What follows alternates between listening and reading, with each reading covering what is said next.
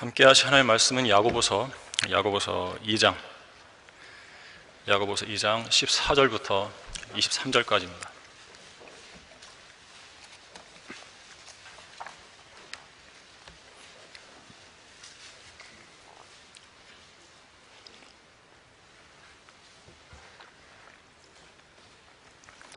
제가 받들어서 읽겠습니다. 나의 형제들아, 만일 누가 믿음을 가지고 있다면서 행함이 없다면 무슨 유익이 있겠느냐? 믿음이 그를 구원할 수 있겠느냐? 만일 형제나 자매가 헐벗고 그날의 양식조차 없는데 너희 중에 누가 그들에게 말하기를 평안히 가라, 몸을 따뜻하게 하고 배부르게 먹으라고 하면서 그 몸에 필요한 것들을 주지 않는다면 무슨 유익이 있겠느냐? 말로만 하면서 실제로는 도움을 안 준다는 거죠. 그와 같이 행함이 없으면 믿음만으로는 죽은 것이라.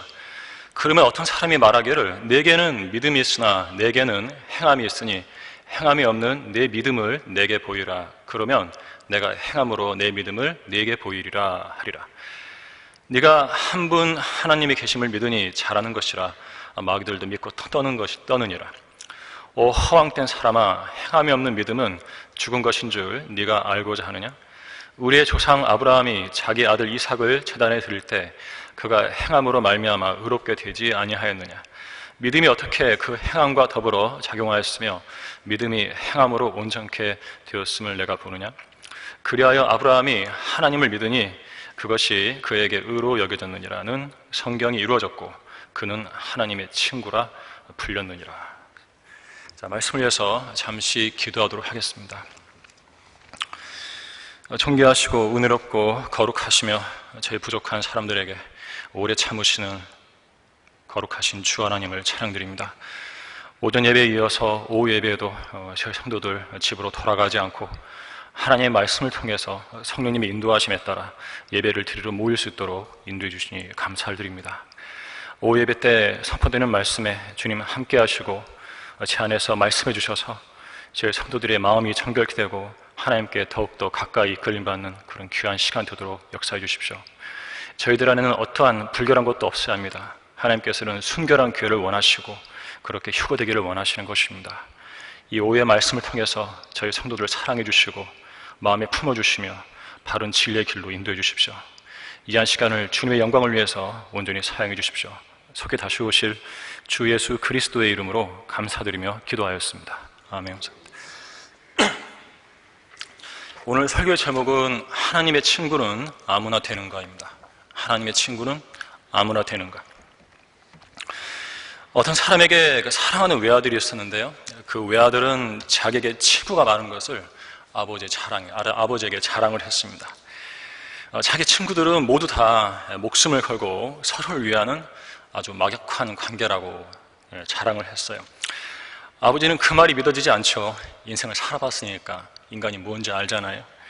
그래서 실제로 그 아들의 친구들의 우정을 시험해 보기로 했습니다.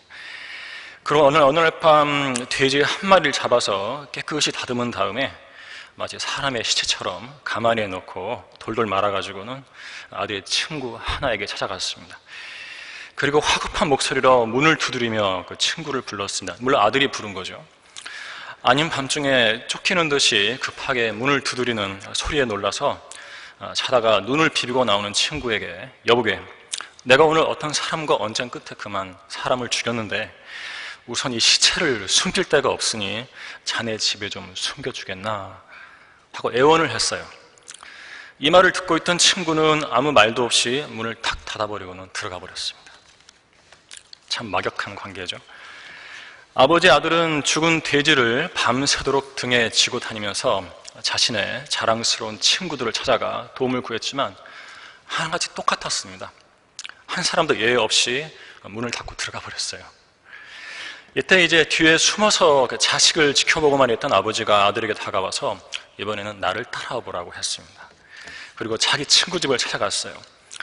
역시나 새벽녘인데 기진맥진한데 찾아와서 문을 두드리니까 그의 친구도 눈을 비비고 나왔는데 친구의 사정이 급한 것을 보고는 자세한 이야기는 나중에 하고 일단 들어오라고 하는 거였어요. 아버지가 등에 지고 있던 가만히는 광에 넣게 하고 두 부자를 맞아준 거예요, 새벽에. 이때 아들의 아버지는 웃으면서 친구에게 본래의 목적을 말하고는 잡아온 돼지로 그날 즐거운 잔치를 했다는 이야기가 있습니다. 진짜 친구는 어려울 때 증명되는 법이죠.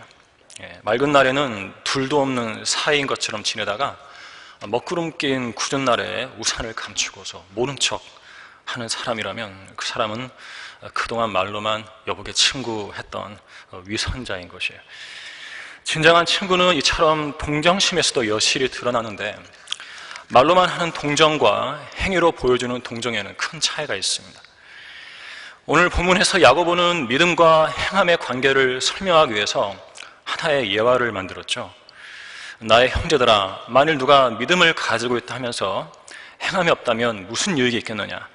믿음이 그를 구원할 수 있겠느냐? 만일 형제나 자매가 헐벗고 그날의 양식조차 없는데 너희 중에 누가 그들에게 말하기를 평안히 가라, 몸을 따뜻하게 하고 배부르게 먹어라 하면서 그 몸에 필요한 것들을 주지 않는다면 무슨 유익이 있겠느냐?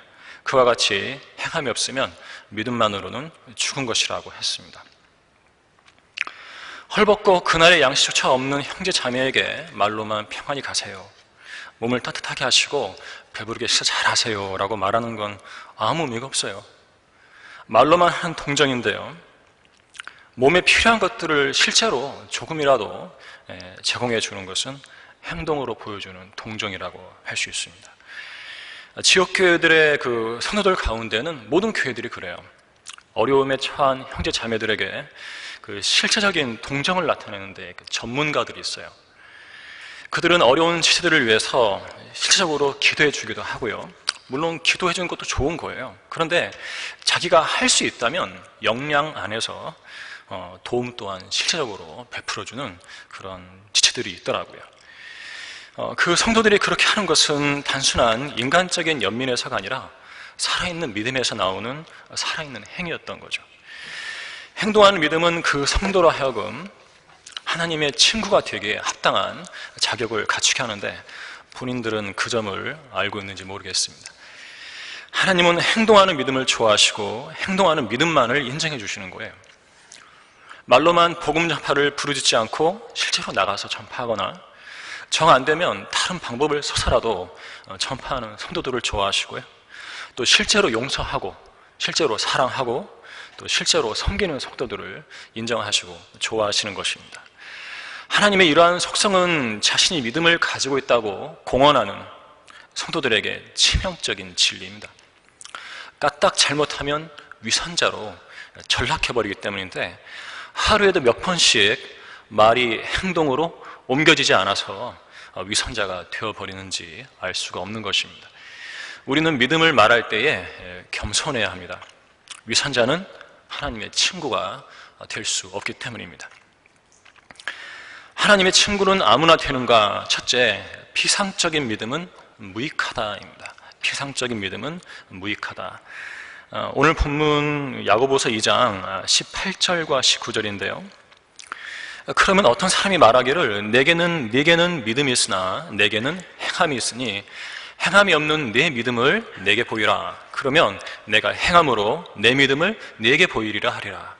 네가 한 분 하나님이 계심을 믿으니 잘하는 것이라. 마귀들도 믿고 타느니라. 피상적이라는 말에서 그 피는 가죽 피, 껍질 피예요. 겉껍질만 있고 속이 비어있는 것이 피상적인 거죠.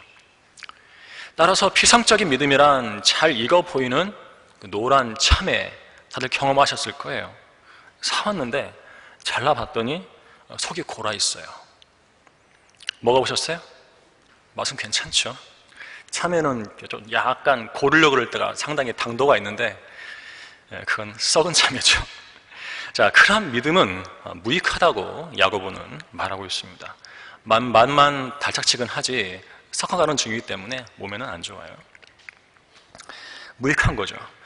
사도 야고보는 초림 당시에 그런 믿음들을 유대인들 사이에서 많이 보았을 것입니다. 예수님 주변에는 그런 사람들로 득실거렸죠.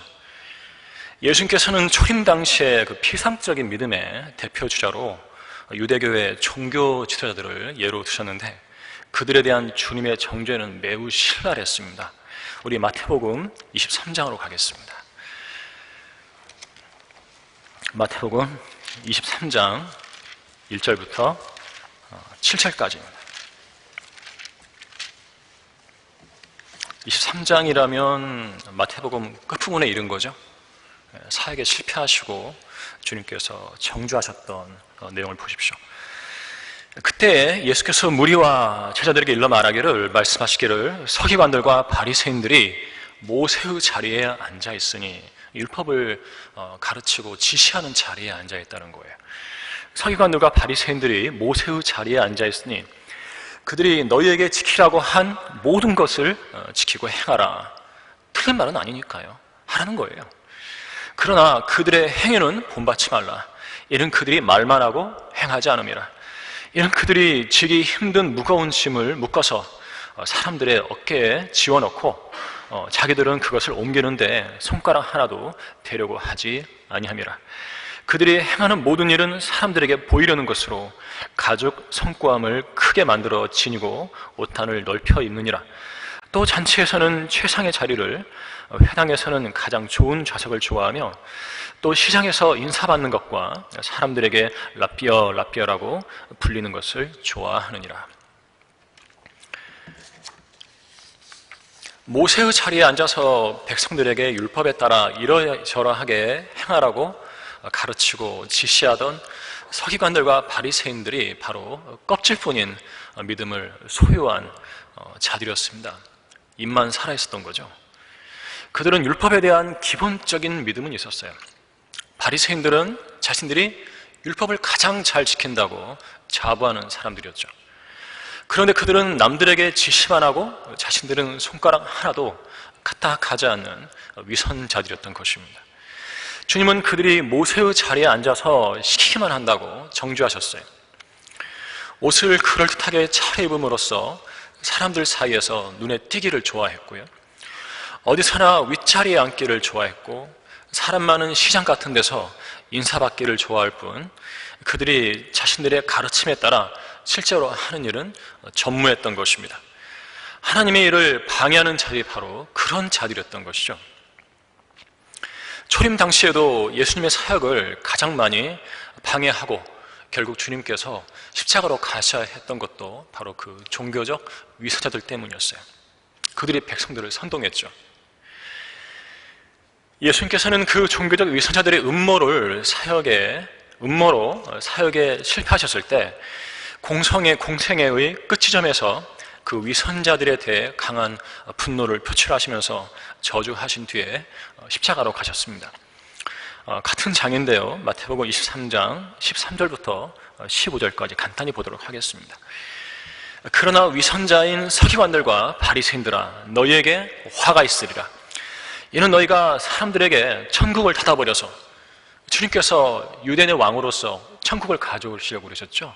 그 일을 막은 것이 바로 위선자인 서기관들과 바리새인들이라고 정죄하신 것, 아주 분노하신 것입니다.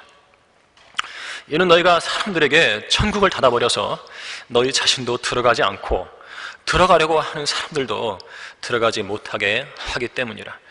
위선자인 서기관들과 바리새인들아, 너희에게 화 있으리라. 이는 너희들이 과부들의 집을 삼키며 남들에게 보이고자 길게 기도하기 때문이라. 그러므로 너희는 더 큰 심판을 받으리라. 위선자인 서기관들과 바리새인들아, 너희에게 화 있으리라. 이는 너희가 한 사람의 계정자를 얻으려고 바다와 육체를 두루 다니다가 얻고 나면 그를 너희보다 2배나 더 악한 지옥의 자식으로 만들기 때문이라. 제가 좀 화를 내면서 읽었었는데 그러지 못했죠. 예수님은 아주 분노하고 계시는 거예요. 십자가로 가시기 전입니다. 주님은 이와 같은 말씀을요, 23장 이 본장 끝절까지 하셨어요. 계속 퍼부으시는 거예요, 저주를요. 아예 작정을 하시고 그들을 정죄하신 것입니다. 그리고는 24장과 잘 아시죠? 24장과 25장에서 대환란과 재림을 예언하시고 26장에서 비로소 유다에게 배반당해 붙잡히셨던 것입니다. 주님께서 십자가로 가시기 전에 다뤄야 할 최후의 상대는 바로 모세에 앉아 지시만 하고 아무 일도 하지 않으면서 천국을 가로막았던 종교적 위선자들이었습니다. 주님의 일을 끝까지 방해한 그들이 아주 가증스러워하셨던 것이에요. 바로 그런 자들 때문에 천국을 가져오지 못하셨기 때문이죠. 유대인들의 그러한 위선은 로마서 2장에서도 적나라하게 제시됩니다.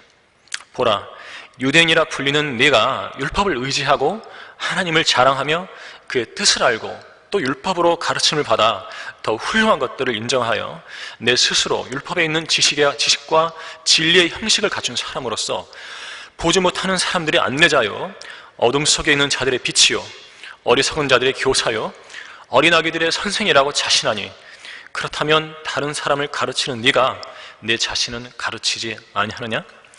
도둑질하지 말라고 선포하는 네가 도둑질하느냐? 간음하지 말라고 말하는 네가 간음하느냐? 우상들을 미워하는 네가 신당 물건을 훔치느냐? 율법을 자랑하는 네가 율법을 위반함으로써 하나님을 욕되게 하느냐? 기록된 바와 같이 하나님의 이름이 너희로 인하여 이방인들 가운데서 모독을 당하는도다. 우리가 성경대로 믿는 사람들이라 하면서 성경에 기록된 대로 실행하지 않으면 우리 자신도 하나님을 이방인들 가운데서 모독을 당하시게 합니다.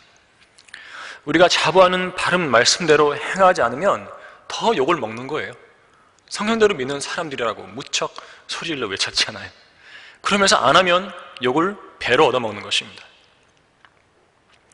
우리가 그렇게 해가지고 하나님께서 모독을 당하시면 되겠습니까? 우리는 성경대로 실행하기 위해서 팔다리를 움직여야 합니다. 차는 신호만 걸고 있으면 안 되고요, 가속 페달을 밟고 달려야 차라고 할 수 있습니다.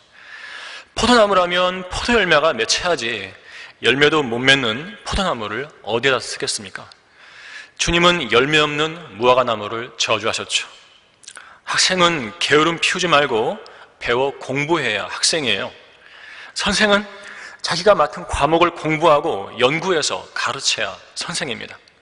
퇴근 시간을 기다리는 사람은 선생이 아니에요. 축구공을 달리면서도 자유자재로 다룰 줄 알아야 축구 선수죠. 유니폼은 말 그대로 폼에 불과한 거예요. 백넘버 10번을 달고 축구화를 신고 서 있다고 해서 축구 선수가 되는 게 아니죠. 달리면서 공을 찰 줄 알아야 축구 선수인 것입니다. 자신에게 무언가 타이틀이 주어졌다면 그에 걸맞는 행동을 보여야 하는 것이에요. 자신이 하나님을 믿는다고 하는 사람들이 많지만 행함은 잘 안 보이죠. 마귀도 마찬가지입니다. 마귀가 하나님을 믿는다고 하지만 그가 하나님을 위해서 무슨 행함이 있습니까? 마귀는 예수 그리스도가 하나님의 아들이심을 알고 있는데 마귀가 복음을 전하나요? 마귀가 하는 일은 하나님께 대적하는 것 뿐이죠. 사탄이라는 이름은요, 그 뜻이 대적, 원수란 뜻이에요. 마귀가 하는 일은 하나님께 대적하는 것 뿐입니다. 그것이 마귀의 믿음이에요. 하나님께서 지상에 세우신 지옥교회를 대적하는 것은요, 마귀의 믿음을 가진 자들이 하는 짓이에요. 그들도 믿는다고도 하잖아요. 그런데 대적을 하는 거죠. 대적해서 나간 자들과 교제하면서도 여전히 성경 침례 교회에 성도인 척 하는 사람들도 그 정죄에서 벗어날 수가 없습니다. 교회에 오래 다녔다는 사람들이 그 정도도 분별할 수 없는 것인가요? 마귀는 하나님을 믿고 떨기라도 하지 그들은 떨기는커녕 수치심도 없습니다. 하나님께 경배하러 교회에 출석하면서도 여전히 교회에서 하는 일에 대해서 은근하게 반감을 품고 있는 거죠. 그렇게 은밀히 대적하는 이유가 뭐죠? 교회가 묶으면 하늘에서도 묶이고 교회가 풀면 하늘에서 풀린다는 마태복음 18장 18절의 진리를 소위 교회를 오래 다녔다는 사람들이 전혀 모르고 있어요. 교회가 묶어서 출애시킨 사람들과 왜 교제하는 것인지 이유를 모르겠어요. 하늘에 하나님께서 승인하신 일인데요, 하나님을 대적하는 것입니까? 하나님께서 주신 교회의 권위를 은밀히 업신여기는 사람들이 교회에 왜 나오는 거죠? 교회는 마트가 아니에요. 여쭤 아줌마한테 그 집은 어느 마트에 나가? 나는 하나로 마트에 나가는데? 그런 거예요? 나는 성경침례교회 나가는데 거기는 어디 나가? 그러지 마십시오. 여기는 그런 교회 아니에요. 그 마트 교회가 아니에요. 시장 아닙니다. 시장 바닥 아니에요. 눈에 강조하지만 주일날 경배드리러 나온다고 해서 그 사람이 정상적인 그리스도인으로 인정받는 것 아닙니다. 아주 다양한 사람들이 앉아있어요. 이곳에는요. 주일날 경배드리러 나온다고 해서 그것이 성경침례교회의 회원의 자격이 있다고 생각하면 안 돼요. 유다 이스카리옷이 요한복음 18장에서 군대를 이끌고 예수님을 붙잡으러 왔을 때 주님은 너희가 누구를 찾느냐고 하셨죠. 그들이 나사렛 예수라고 대답하자 주님께서 내가 그니라 I am이라고 하셨어요. I am. 그러니까 유다를 포함한 모든 자들이 뒤로 물러나서 땅에 엎드려 주님께 경배드려 버렸죠. 그런데 그 뒤에 일어난 일은 주님께 그렇게 경배드렸던 자들이 다시 일어서서 주님을 대적해서 붙잡았다는 거예요. 바로 이것이 유다 이스카리ot의 믿음, 곧 마귀의 믿음인 것입니다. 주님의 이름이 지닌 초자연적인 권세에 그만 엎드려서 경배했으면서도 그 뒤 일어나서 주님을 대적하는 짓을 저질렀던 것이죠. 말하자면 경배하는 위선자들이 있다는 것이죠. 경배하러 교회는 나오지만 그들의 속에는 교회를 대적하는 마음이 항상 꿈틀대고 있어요. 영적 전쟁에는 휴전도 없고 중간 지대도 없습니다. 그런 마음은 때가 되면 드러나게 되어 있어요. 영원히 못 감춥니다. 어떤 계기가 되면요, 뱃속의 오물을 토해내듯이 그 입에서 마음에 더러운 것들이 마구 쏟아져 나옵니다. 지금까지 이 교회를 대적했던 자들은 막판에 그들의 입에서 온갖 대적하는 말들이 쏟아져 나왔어요. 한 사람도 예외가 없었어요. 교회가 하는 일에 불평하는 세력이 있다면, 지금 이 자리에 있다면 바로 그들이 이 다음 반역자들이에요. 하나님은 다 알고 계세요. 하나님은 경배하는 위선자, 구령하는 위선자를 아주 싫어하십니다. 오래 참으시는 분이시죠? 싫어하시면서도 지금 참고 계시는 거예요. 마귀인 유다 이스카리ot은 예수께 경배했고 표적을 행하면서 왕국복음을 전파하려 다녔습니다. 우리 교회는 자기가 속한 지옥교회의 제가도 받지 않고 제 멋대로 필리핀에 선교하러 떠나버린 교만한 자들이 있었죠. 아주 완악해요. 필리핀에서 선교하고 싶다면 담임 목사님께 정중하게 찾아와서 하고 싶다고 상담을 하고 승인을 받고 떠나면 되잖아요. 어려운 일인가요? 저는 그 점이 정말 이해가 안 돼요. 제가 개인적으로 경험해본 그 사람들은요, 아주 완강해요. 아주 완악해요. 얼굴에는 항상 미소를 짓고 있는데 너무 강철 같아요, 성격이. 들어갈 틈이 없어요. 왜 바늘로 찔러도 피 한 방울 안 날 사람들 있죠. 그런 사람들. 자, 교회 내에서 이렇게 무질서하게 행동했던 사람들이었습니다. 복음 전파를 빙자해서 영적 권위를 무시한 거예요. 그들과 한패가 또 있어요. 그들을 불러다가 강단에 세워서 설교를 시킵니다. 아시아 교인들에게 설교한다는 LA의 가짜 목사가 바로 그 사람이죠. 바로 이러한 자들의 믿음이 유다 이스카리ot의 믿음인 것입니다. 겉으로는 그리스도인처럼 행세를 해요. 하나님의 말씀도 사용하고 복음도 이야기합니다. 속지 마세요. 속이 썩어 있는 거예요. 속는 거예요. 그래서 겉이 그럴듯하게 속는 것입니다. 벌레 먹고 맛이 쓴 알밤도 겉은 멀쩡해 보이죠. 가을에 알밤 드셔봤죠? 그런 밤을 애써 삶았는데요, 팔팔 끓여서 삶죠. 까보니까 썩어 있고 벌레가 고이 잠들어 있죠. 그거 쓰레기통에 버리면서 가스비가 얼마나 아까웠어요?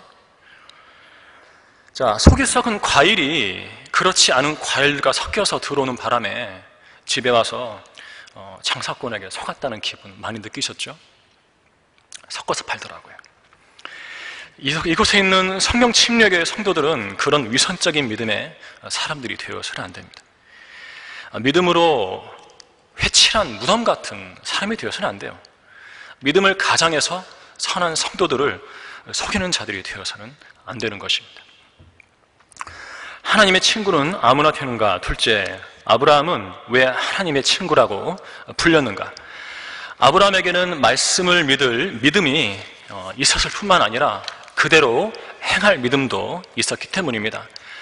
믿음에는 믿는 바에 따른 행함도 따라오기 마련이죠. 우리 본문 야고보서 2장 20절부터 23절까지인데요. 다시 읽어보겠습니다. 오 허황된 사람아, 행함이 없는 믿음은 죽은 것인 줄 네가 알고자 하느냐? 우리 조상 아브라함이 자기 아들 이삭을 제단에 드렸을 때 그가 행함으로 말미암아 의롭게 되지 아니하였느냐? 믿음이 어떻게 그 행함과 더불어 작용하였으며 믿음이 행함으로 온전케 되었음을 내가 보느냐? 그리하여 아브라함이 하나님을 믿으니 그것이 그에게 의로 여겨졌느니라는 성경이 이루어졌고 그는 하나님의 친구라 불렸느니라.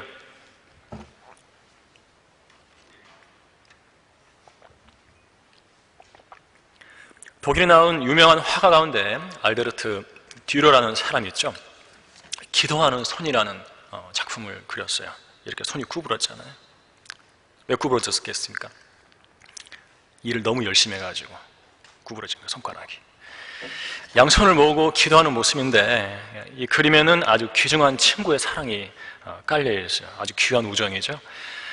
듀러와 친구가 있었는데 한 마을에서 같이 자랐고 둘 다 화가의 꿈이 있었어요. 그런데 어때요? 미술 공부하려면 돈 엄청나게 들죠. 그래서 한 친구가 포기를 한 거죠. 그래서 자기는 일을 하고 다른 친구가 이제 그림 공부를 하러 떠나는 겁니다. 근데 이제 듀러가 먼저 도시에 가서 그림 공부하고요. 듀러의 친구는 식당에서 손이 부르트도록 열심히 일을 해서 돈을 붙여줬습니다. 드디어 듀러가 이제 그림 공부 마치고 훌륭한 화가가 되어서 고향으로 돌아왔는데 그리고 이제 친구가 일하는 식당으로 가서 문을 열었어요. 문을 여는 순간 엄청난 충격과 감동에 빠져듭니다. 친구가 식당 테이블에 앉아 기도를 하고 있었는데 기도가 이런 내용이었어요. 하나님, 저는 듀러의 학비를 위해 일하다가 그만 손이 굳어져 버려서 더 이상 그림을 그릴 수가 없습니다. 그러나 듀러가 훌륭한 화가가 되었기에 하나님께 감사와 영광을 돌립니다. 바로 이 놀라운 우정을 소유한 사람의 기도하고 있는 그 손을 그린 작품이 바로 기도하는 손이라고 해요. 친구 사이의 우정이란 이토록 아름다울 수가 있는 거예요. 이런 가치 있는 친구를 하나쯤 두는 것은 인생에서 가져볼 만한 기회죠. 잠언에는 친구의 가치에 대해서 몇 가지 귀한 말씀이 있는데요. 첫 번째가 친구는 언제나 사랑해준다는 잠언 17장 17절 말씀입니다. 친구는 어지간하면 싸우지 않고요, 다 이해해줘요. 사람이 자기 친구에게 바라는 것은 언제나 나를 사랑해주는 것이죠.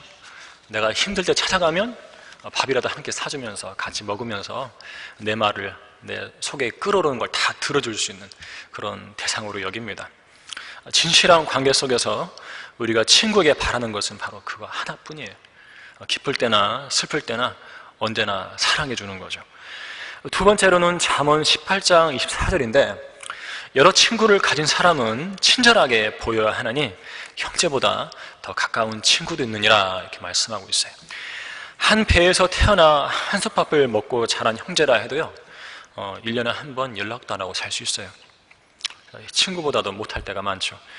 한 배에서 태어나 자랐지만은 그렇게 매정한 형제들이 있는 거예요. 그런데 잘 사귄 친구는 형제보다 더 가까울 때가 많아요. 한 부모에게서 태어난 형제보다 내 마음을 더 알아주고요 나를 더 많이 도와줄 때가 있는 거죠. 이런 친구는 정말로 귀하고 가치 있는 사람이에요. 세 번째는 잠언 27장 6절인데 친구가 주는 상처는 신실한 것이라는 말씀이 있어요. 그냥 좋은 게 좋은 거라고 지내기만 하는 친구는 별로 안 좋은 친구예요. 내가 잘못된 길을 갈 때 선한 충고를 직언을 해줄 수 있는 그런 사람, 내가 바로 잡혀서 바른 길로 가기를 갈망하는 마음으로 조언해주는 친구가 진짜 좋은 친구예요. 자존심 상하죠. 충고 들으면. 하지만 그 친구의 충고를 깊이 생각해보면 내게 옳은 소리를 해줬다는 그 친구의 진심 어린 얼굴 때문에 정이 더 들어버리죠. 마지막으로 잠언 17장 10절인데 철을 날카롭게 하듯이 사람이 자기 친구의 얼굴을 빛나게 하느니라, 이런 말씀이 있어요.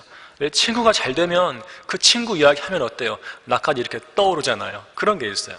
친구가 잘 되는 친구, 좋은 친구죠. 자, 철을 날카롭게 하듯이 사람이 자기 친구의 얼굴을 빛나게 하느니라 그랬어요. 사람과 사람이 만나면 서로 영향을 주게 되죠.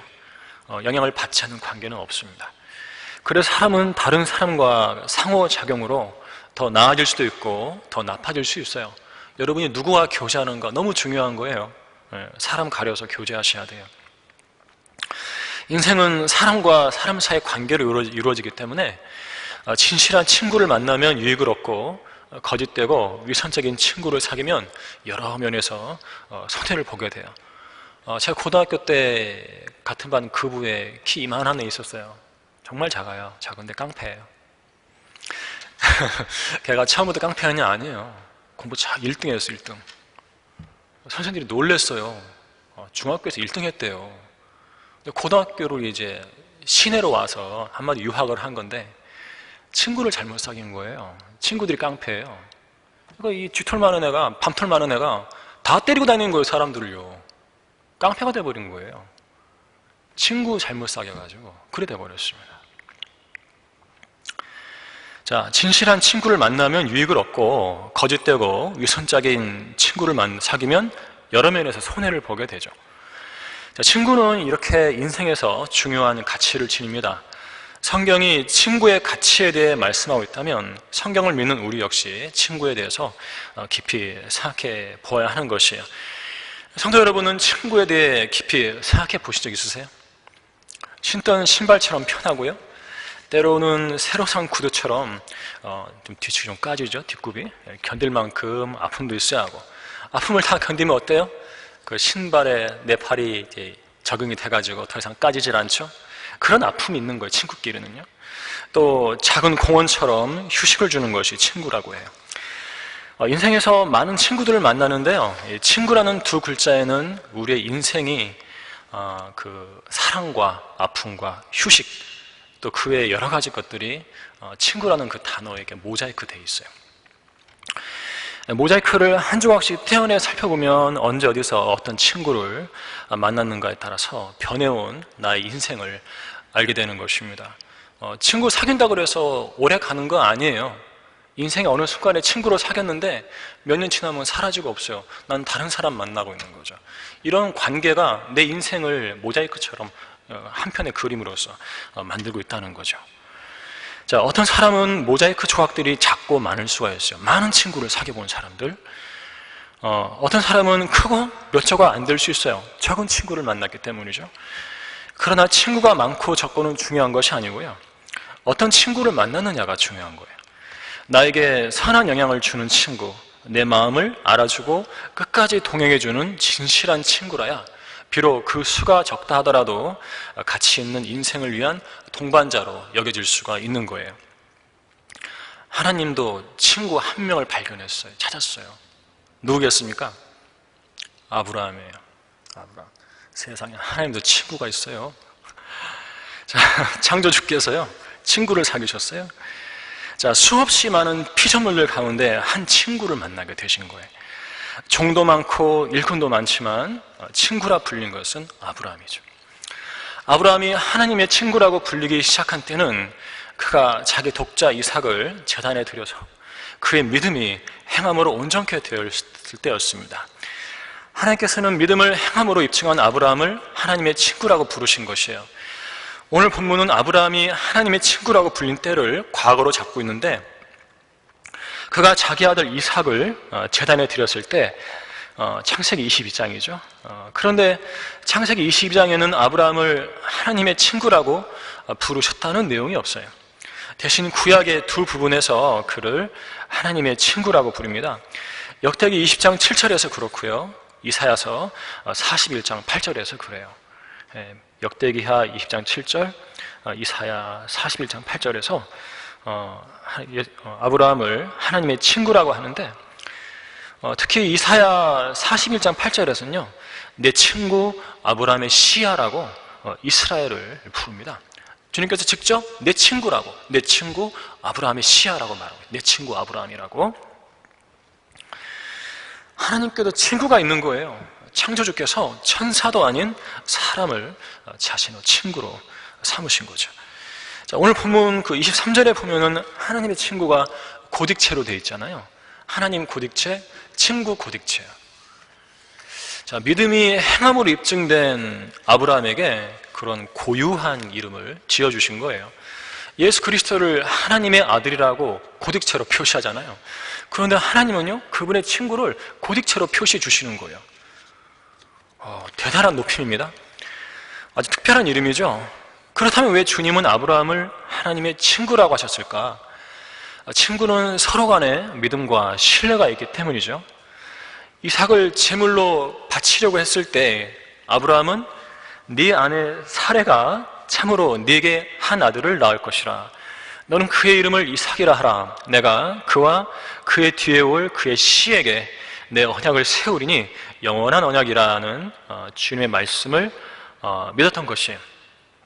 그러니까 이삭을 제물로 바치라고 그랬는데, 바쳐도 내 씨에게서 나올, 그렇게 이삭에게서 나올 그 씨를 통해서 영원한 언약을 세운다 하셨기 때문에 이삭은 죽어도 다시 살아난다는 그 믿음이 아브라함은 있었던 것이에요. 하나님을 전적으로 신뢰하고 이삭의 부활을 믿고 이삭을 통해서 후손이 번성할 것이기 때문에 그 말씀을 믿고 이삭을 기꺼이 바쳤던 것이죠. 바로 그런 아브라함을 하나님께서 하나님의 친구라고, 내 친구 아브라함이라고 불러주신 거예요. 아브라함을 하나님의 친구로 삼으셨다는 놀라운 사실이요. 여러분도 우리도 하나님의 친구라고 불리고 싶죠? 그렇죠? 예. 누가 안 그렇겠어요? 당연히 그렇죠. 자, 이 반가운 말씀이 있는데 요한복음 15장으로 가보도록 하겠습니다. 요한복음 15장입니다. 요한복음 15장 12절부터 15절이에요. 예수님이 하신 말씀이죠. 육신으로 나오신 하나님께서 하신 말씀이에요. 나의 계명은 이것이니 내가 너희를 사랑하는 것 같이 너희도 서로 사랑하라는 것이라.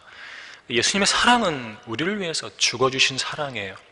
그 사랑으로 우리가 서로 사랑해야 한다라고 말씀하시는 거죠. 사람이 친구를 위하여 자기 생명을 내어놓는 것보다 더 위대한 사랑은 없나니 내가 명령한 대로 너희가 행하면 너희는 나의 친구들이라.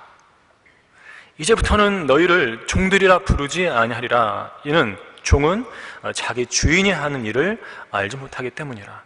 내가 너희를 친구들이라고 불렀으니 이는 내가 내 아버지께로부터 들은 모든 것들을 너희에게 알게 하였기 때문이라. 예수님께서는 주님께서 장차 목숨을 내어놓으실 그 제자들에게 친구라고 불러주신 거예요. 친구라고 불러주셨고, 친구이기 때문에 아버지께로부터 들은 모든 것들을 너희에게 알게 했다라고 말씀하고 계시는 거죠. 주님께서는 우리를 위해 자신의 생명을 내어놓으시는 사랑을 보여주셨는데, 우리가 그 사랑을 본받아서 서로 사랑한다면 주님의 친구들이 될 수 있다고 말씀하십니다. 자신의 죽음으로 보여주신 사랑을 믿는 것이 그 사랑을 믿는 거예요. 우리를 위해서 죽어주신 것, 그것이 주님의 친구가 되는 첫째 조건이고, 그 뒤에 그 사랑의 발자취를 따라서 행하는 행위가 있어야 주님의 친구가 되는 것입니다. 그것은 내 목숨을 아끼지 않고 헌신하는 사랑이에요. 우리가 따라야 할 사랑은 사랑을 말로만 읊조리는 사람이 결코 닿을 수 없는 고차원적인 사랑이죠. 한마디로 날마다 자기를 부인하고 자기 십자가를 지고서 주님을 따르는 제자들에게만 속한 사랑인 것입니다. 아무나 할 수 있는 사랑이 아니죠. 자기 십자가를 지고 따르는 제자가 곧 주님의 친구라는 얘기예요. 그러나 이것은 거듭나자마자 이룰 수 있는 일은 아닙니다. 거듭난 뒤 믿음이 자라듯 사랑도 자라나는 거예요. 하나님의 친구인 아브라함도 처음부터 온전한 믿음은 아니었죠. 어디로 가야 할지 모르면서 주님의 말씀만 믿고 떠났던 믿음의 시작에서 독자 이삭을 제물로 드리는 믿음의 완숙으로까지 믿음이 성장한 것입니다. 100세에 얻은 하나밖에 없는 아들을 제물로 바치려 했다는 것은 그가 주님을 누구보다도 사랑했다는 것 외에는 달리 설명할 도리가 없어요. 아브라함은 자신의 믿음만큼 주님을 사랑했던 것이고 그 사랑만큼 믿음도 성장해 있었던 것입니다. 산을 옮길 만한 모든 믿음이 있다 해도 사랑이 없으면 나는 아무것도 아니라고 했어요. 아브라함이 이삭을 바쳤다 해도 사랑이 없었다면 그의 믿음은 아무것도 아니었을 것입니다. 그러나 주님은 아브라함의 행위 속에 담긴 사랑을 아셨고 그를 믿음의 조상이라고 부르신 것을 조금도 부끄러워하지 않으셨어요. 아브라함이 이삭을 제물로 드렸을 때 하나님의 친구로 불렸듯이 내게 가장 소중한 것을 아까워하지 않고 주님을 위해 내어드릴 수 있다면, 기본적으로 내 몸입니다. 내 몸을 내어드릴 수 있다면 바로 그 사람이 하나님의 친구라고 불릴 자격이 있는 것이에요. 주님께서는 주님을 사랑하는 주님의 친구들에게 한 가지 특혜를 주셨죠. 요한복음 15장 15절에서 내가 너희를 친구들이라고 불렀으니 이는 내가 내 아버지께로부터 들은 모든 것을 너희에게 알게 하였기 때문이라고 말씀하셨어요. 주님의 친구들에게는 주님과 관련된 일들을 알려주신다는 거예요. 다른 사람은 몰라도 친구끼리만 아는 것들이 있는 법이에요. 가족이나 심지어 아내에게도 알려주지 않는 걸요, 친구에게는 털어놓습니다. 아브라함을 하나님의 친구라고 부르신 주님께서도 아브라함에게만 다가올 일들을 알려주시는 특혜를 주신 적이 있죠. 창세기 18장 17절에서 소돔과 고모라를 멸망시키시려는 일에 관해서 내가 하는 그 일을 내가 아브라함에게 숨기겠느냐라고 하셨어요. 이것이 바로 아브라함이 하나님의 친구였음을 말해주는 중요한 대목인 것입니다. 주님께서는 한글 킹제임스 성경을 통해서 주님께 속한 진리들을 우리로 알게 하셨어요. 우리도 하나님의 친구가 될 가능성이 짙은 것입니다. 좀 거꾸로예요. 친구이기 때문에 알려주셨는데요, 우리는요 알려주셨지만 친구가 되기 위해서 우리가 해야 할 게 있는 거예요. 왜 여기서 진리 알려줘도 나가잖아요. 친구 아닌 거죠. 친구가 아님에도 진리는 들어서 알 수가 있어요. 요즘 잘 이렇게 좀 구분하셔야 돼요. 어쨌거나 이렇게 진리를 알려주셨다면 우리도 하나님의 친구가 될 가능성이 매우 짙은 것입니다. 그러나 친구가 되려면 깨닫게 된 그 진리대로 실행해야 한다는 거예요. 실행. 하나님의 친구 아브라함처럼 실행해야 하는 것이에요. 주님께서 우리에게 성경의 진리들을 알려주신 것은 그 말씀으로 믿음이 성장해서 아브라함처럼 가장 소중한 것마저도 내어드릴 수 있는 행함으로까지 믿음이 성장하기를 바라시기 때문입니다. 주님은 우리에게 죽기까지 신실하라, 그러면 내가 네게 생명의 멸류관을 주리라고 하셨죠. 성령 침례교회가 바른 말씀으로 주님을 섬기는 올바른 교회라는 것을 알고서 찾아온 것이 믿음의 시작이라면 이곳에서 믿음이 성장해서 내 생명을 아까워하지 않고 섬기는 수준으로까지 자라는 것을 믿음의 완숙이라고 할 수 있을 것이에요. 우리가 그런 수준으로까지 성장하면 하나님께서도 우리 각인을 하나님의 친구라고 불러주실 것입니다. 죽음을 두려워하지 않고 섬길 수 있는 수준으로까지 성장하면 하나님의 친구라고 불리게 되는 거예요. 주님은 누가복음 12장 4절과 5절에서 내가 내 친구들인 너희에게 말하노니 몸을 죽이고 난 후 더 이상 아무 일도 할 수 없는 자들을 두려워하지 말라. 그러나 너희가 누구를 두려워해야 하는지 내가 보여주리라. 죽인 후에 지옥에 던져넣는 권세를 가진 그분을 두려워하라. 정녕 내가 너희에게 말하노니, 친구들인 너희에게 말하노니 그분을 두려워하라고 이렇게 말씀하셨어요. 주님께서는 주님의 친구들에게 사람을 두려워하지 말라고 말씀하셨죠. 죽기까지 신실하려면 그 첫째 조건이 사람을 두려워하지 않는 거예요. 사람을 두려워하면 누가 주님을 대적하는 죄를 지어도 짓지 못하는 개처럼 아무 말도 하지 못하게 되는 겁니다. 주님의 친구라면 두려움 없이 진리를 말해야죠. 우상 숭배를 우상 숭배라고 지적하고 죄에서 돌이키게 해야 합니다. 예전에 그 여의도에 그 은사주의 목사 있죠. 일본 대지진으로 쓰나미로 일본이 이렇게 쓸려버렸을 때 그것이 바로 우상 숭배에 대한 하나님의 경고라고 했다가 뉴스들이 막 때리니까 여론이 비판이 거세지니까 지진은 어느 나라에서나 일어날 수 있다고 이렇게 꼬리를 내렸어요. 그 사람이 하나님의 종이에요? 아니에요. 자, 비겁하죠? 하나님의 친구 아닙니다. 그 사람은 하나님의 친구다, 하나님의 종이라고 그러면 지나가는 개들이 웃어요. 자, 사람을 두려워하면 그렇게 비겁해지는 거예요. 같이 있던 사람들도 똑같은 사람들이죠. 주님은 그런 사람들을 종으로 부르신 적도 없고 주님의 친구라고 불러주신 적도 없습니다. 주님의 친구는 비겁하지 않아요. 주님의 친구는 거짓교리를 가르치지 않습니다. 비성경적인 일을 하지 않아요. 오히려 비성경적이면 비성경적이라고 단호히 지적하고 주님이 모독을 당하시면 더 크게 진리를 외치는 거예요. 사도행전은 주님의 친구들의 행전이죠. 그 친구들 가운데 주님에 관해서 입을 다물었던 사람이 있었습니까? 아무도 없었죠. 주님을 증거했다가 꼬리를 내린 사람들이 있었어요? 아무도 없었어요. 친구이기 때문에 그런 것이에요. 친구와 끝까지 함께하고 친구를 위해 끝까지 싸우는 친구가 진짜 친구예요. 주님의 그 친구들은 사도 요한을 제외하고는 다 순교했잖아요. 친구기 때문에 죽은 거예요. 주님을 위해서. 성도 여러분이 하나님께 바로 그런 친구가 되어보시지 않겠냐는 거죠. 자, 마음에 드는 친구는 쇠사슬을 묶어서라도 놓치지 말라는 말이 있는데 하나님께서 꽉 붙들고서 놓치고 싶어 하시지 않는 그런 친구가 되어보시지 않겠느냐는 거예요. 제가 지금까지 발견한 가장 좋은 친구는요, 예수님이에요. 저는 그 위대한 친구를 쇠사슬로 꽉꽉 묶어가지고 놓치고 싶지 않아요. 사람은 떠나도 예수님은 그대로 계시는 거예요. 저와 함께요. 왜 제가 그 친구를 놓치고 싶겠어요? 반대로 예수님께서 저뿐만 아니라 성도 여러분을 놓치기 원치 않아서 꽉 붙드셨으면 하는 거예요. 우리 모두 그런 사람들이 되어야겠죠? 예수님께서 그분의 친구로 삼기를 간절히 원하시는 사람들이 되어야 합니다. 주님께서는 내가 명령한 대로 너희가 행하면 너희는 나의 친구들이라고 하셨어요. 하나님의 말씀을 성경대로 끝까지 믿고 행하면 하나님께서는 우리를 강한 팔로 붙드셔서 결코 놓치고 싶지 않은 친구로 삼아주실 것입니다. 하나님의 친구는 아무나 되는가? 마지막으로 하나님의 친구는 세상을 사랑하지 않아요. 오전에도 말씀하셨죠? 우리 야고보서 갈게요. 야고보서 4장 가겠습니다. 야고보서 4장 4절부터 7절까지죠. 의외로 성경은 친구에 대해서 여러 구절에서 말씀하고 있어요. 친구가 중요하기 때문에 그래요. 누구의 친구인가? 누구의 친구인가?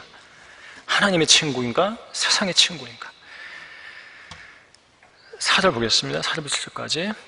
너희 가늠하는 남자들과 가늠하는 여자들아, 세상과 친구 되는 것이 하나님과 원수 되는 것임을 알지 못하느냐?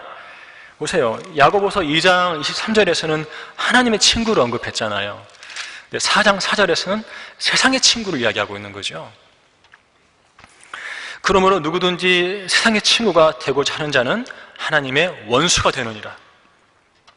너희는 성경이 우리 안에 거하는 영이 시기할 만큼 갈망한다라고 말씀하는 것이 헛되다고 생각하느냐? 그러나 그가 더 많은 은혜를 주시느니라. 그러므로 그가 말씀하시기를 하나님께서는 교만한 자를 대적하시고 겸손한 자들에게 은혜를 주신다고 하셨느니라. 그러므로 하나님께 복종하라. 마귀를 대적하라. 그리하면 그가 너희로부터 도망하리라. 세상을 사랑하는 사람들을 교만하다고 말씀하고 있어요. 겸손한 사람은 하나님께 복종한다는 거죠. 교만하기 때문에 마귀에게 복종해서 세상으로 가버리는 거죠. 방금 읽은 말씀에서 친구의 반대가 뭡니까? 원수예요. 원수. 친구가 아니면 원수타는 겁니다. 세상의 친구면 하나님의 원수고 하나님의 친구면 세상의 원수라는 거예요. 여기에 중립지대는 없습니다. 세상은 우리 그리스도인들을 좋아하지 않아요. 싫어합니다. 예수님의 이름이 우리 입에서 나올수록 추호의 깊이가 갈수록 깊어져요. 그들은 우리가 예수님에 대해서는 가능한 한 적게 말하고 세상에 대해서는 가능한 한 많이 말하기를 원해요. 그러다 결국에는 예수님에 대해서 입을 아예 다물어 버리기를 원하는 거죠. 그래서 세상은 입을 다물라고 그리스도인을 위협하고 박해하는 것입니다. 사도행전 4장에서 유대인 종교 지도자들이 베드로와 요한에게 명령한 것이 있어요. 절대로 예수의 이름으로 말하지도 말고 가르치지도 말라. 4장 18절이죠. 세상은 그리스도인들이 박해받는 곳이지 환영받는 곳이 아니에요. 우리가 예수님에 대해서 입을 다물기를 원하는 곳이죠. 세상은 그들이 살만한 데가 못 되었으므로 그들은 광야와 산속과 동굴과 토굴에서 유리하였느니라고 히브리서 11장 38절에서 말씀하고 있는 것입니다. 세상은 예수님이 사실 수 있는 것도 아니었습니다. 예수님께서 빌라도에게 재판을 받으실 때 빌라도는 예수님이 유대인들의 시기로 넘겨진 무죄한 분이신 것을 확신하고 주님을 놓아주려고 3번이나 애썼죠. 그러나 그런 그에게 유대인들은 당신이 이 사람을 놓아주면 당신은 카이사의 친구가 아니니다. 자신을 왕이라고 하는 자는 누구나 카이사를 대적하여 말하는 것이다 라고 했어요. 카이사의 친구가 아니니다 라는 말에 빌라도는 정신이 번쩍 들었어요. 자기는 당시 세상을 지배하던 카이사가 임명해서 보낸 총독에 불과하기 때문입니다. 카이사는 빌라도의 밥줄이었어요.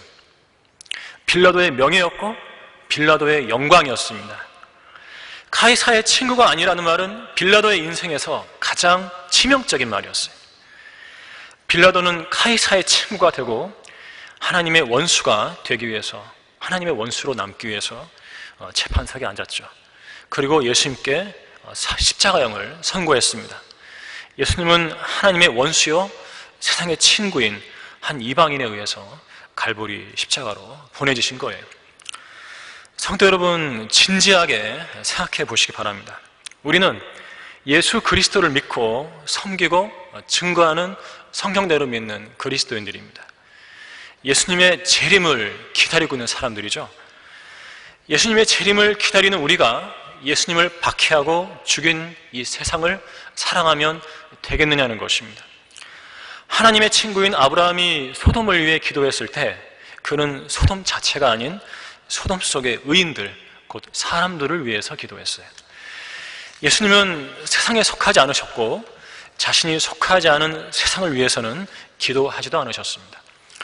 우리도 세상이 아닌 세상 속의 사람들의 구원을 위해서 기도해야지 세상 자체를 사랑하지도 관심을 갖지도 말아야 하는 것이에요.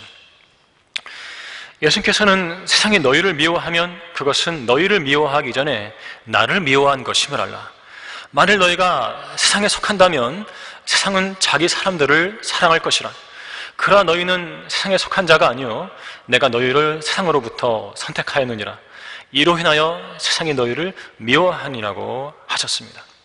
주님과 우리를 미워하는 세상을 사랑하지 말라고 명령하고 계시는 것이에요. 곧 사라져버릴 세상과 일치하지 말고 마음을 새롭게 함으로써 변화를 받아 하나님의 선하시고 기뻐하시고 온전하신 뜻이 무엇인지 입증하라고 명령하고 계시는 것입니다. 하나님께서 이 점을 우리에게 분명히 요구하고 계시는 거죠. 요구하시는 거예요, 요구. 친구는 서로가 요구하는 것들을 들어주는 법입니다. 하나님께서 우리에게 요구하시는 것은 세상을 사랑하지 말라는 거예요. 왜 이 요구를 안 들어드리는 것인가? 아직 하나님의 친구가 안 되었기 때문에 그래요. 아직 그 기준에 미치지 못하는 거예요. 예수님께서는 지상에 계시면서 세상을 사랑하지 않고 하나님께서 기뻐하시는 일들만을 행하셨죠. 하나님께서 원하시는 일들만 골라 사셨어요. 대마처럼 로마 제국의 찬란한 것들을 사랑하지 않고 자기 앞에 놓인 즐거움을 위하여 십자가를 견디시고 수치를 개의치 아니하시더니 하나님의 보좌 오른편에 앉으신 것입니다. 우리는 하나님께서 요구하시는 것을 들어드려야 합니다. 하나님께서는 우리가 이 세상에 살아갈 때 요구하시는 것들을 응답해 주시죠. 기도응답 많이 받으셨죠? 우리의 요구를 들어주시잖아요. 그런데 우리는 왜 이 세상을 살아갈 때 하나님의 요구를 안 들어드리는 것인가? 모순이죠. 위선이에요. 주님께서는 내가 명령한 대로 너희가 행하면 너희는 나의 친구들이라고 하셨어요. 세상과 일치하지 말고 몸을 들여 헌신하라는 요구를 들어드리지 않는다면 우리는 결코 하나님의 친구가 될 수 없는 것입니다. 인간의 우정에는 한계가 있지만 하나님과의 우정에는 한계가 없어야 돼요. 우리는 주님께서 원하시는 모든 것들을 행하고 순종하다가 휴거되어야 하는 것입니다. 결론을 말씀드리겠습니다. 이곳에 모인 그리스도인들은 친구의 재림을 기다리고 있습니다. 사랑하는 친구가 먼 곳에서 온다는 소식을 들으면 어때요? 마음이 들뜨잖아요. 반갑잖아요. 그렇죠? 반가운 친구가 지금 오시려고 하시는 거예요. 다시 오신다는 거죠. 아까도 읽었지만은 잠언 27장 17절에서 철이 철을 날카롭게 하듯이 사람이 자기 친구의 얼굴을 빛나게 하느니라고 말씀하고 있습니다. 친구인 예수님 말씀을 믿고 헌신적으로 실행한 성도들은 주님의 친구로 인정받을 것이고 자신이 기다리던 친구가 셋째 하늘에서 다시 오실 때 그 친구의 영광을 함께 누리는 영예를 갖게 될 것입니다. 철이 철을 날카롭게 하듯이 사람이 자기 친구의 얼굴을 빛나게 하리라 했어요. 또한 잠언 24장 21절은 내 아들아 주와 왕을 두려워하라. 거역하는 자들과 사귀지 말라. 이렇게 말씀하고 있어요. 다시 오실 친구를 떳떳하게 맞이하려면 그분께서 주신 교회의 권위에 거역하는 자들과 사귀지 말아야 합니다. 이것이 살아계신 하나님을 두려워하는 진짜 그리스도인의 자세예요. 그렇지 않은 자들은 모두 가짜예요. 하나님의 교회는 순결한 교회를 위한 투쟁의 역사였습니다. 어정쩡하고 어중간한 것은 교회에 필요 없어요. 사라져야 하는 것입니다. 한 사람을 친구로 만드는 일도 쉽지 않은데 하나님을 친구로 삼고 그분께 친구로 인정받는 일은 얼마나 어렵겠습니까? 하나님이 보통 분이세요? 형식적으로 교회에 다니면서 그리스도인인 척하는 사람은 죽었다가 깨어나도 하나님의 친구가 될 수 없습니다. 하나님의 친구는 아무나 되는가? 아무나 될 수 없어요. 그분의 교회를 존중하고 그분의 말씀을 지킴으로써 교회를 세우는데 헌신된 성도만이 하나님의 친구가 될 수 있는 것입니다. 이곳에 모인 우리는요, 모두 다 정신을 차리고 깨어있음으로써 예수 그리스도, 우리의 사랑하는 친구의 재림을 대비하는 하나님의 친구들이 되시길 바라며 설교를 마치겠습니다.